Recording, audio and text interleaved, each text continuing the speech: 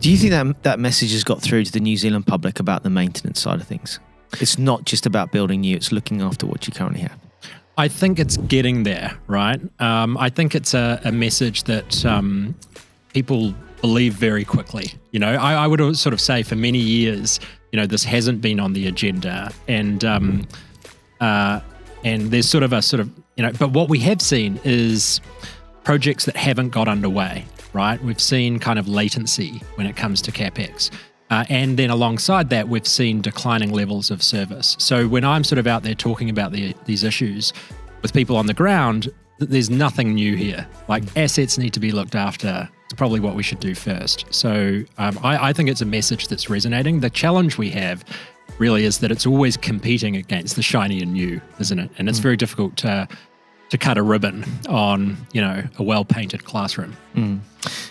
What are some of the key statistics that you've been saying to the New Zealand public? Because I actually think you've created the Burning platform. You've actually sold the story quite well. But you've used certain statistics, really quite key ones, to get this point across around the importance of maintenance renewal, haven't you?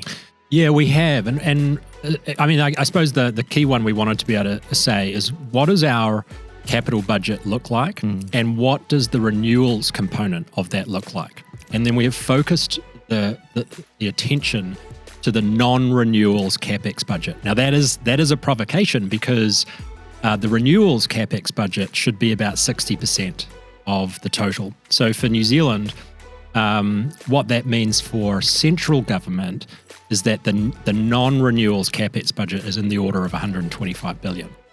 Now, that I think has helped focus the mind, particularly for some of these big projects, right?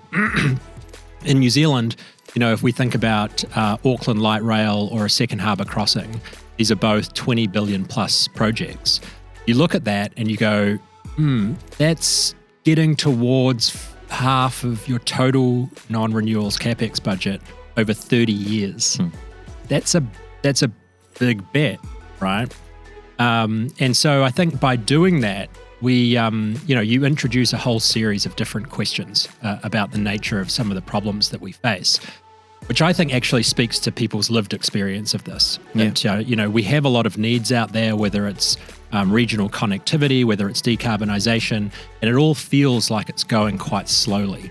And the reason why it's going quite slowly is because we have natural affordability handbrakes to that.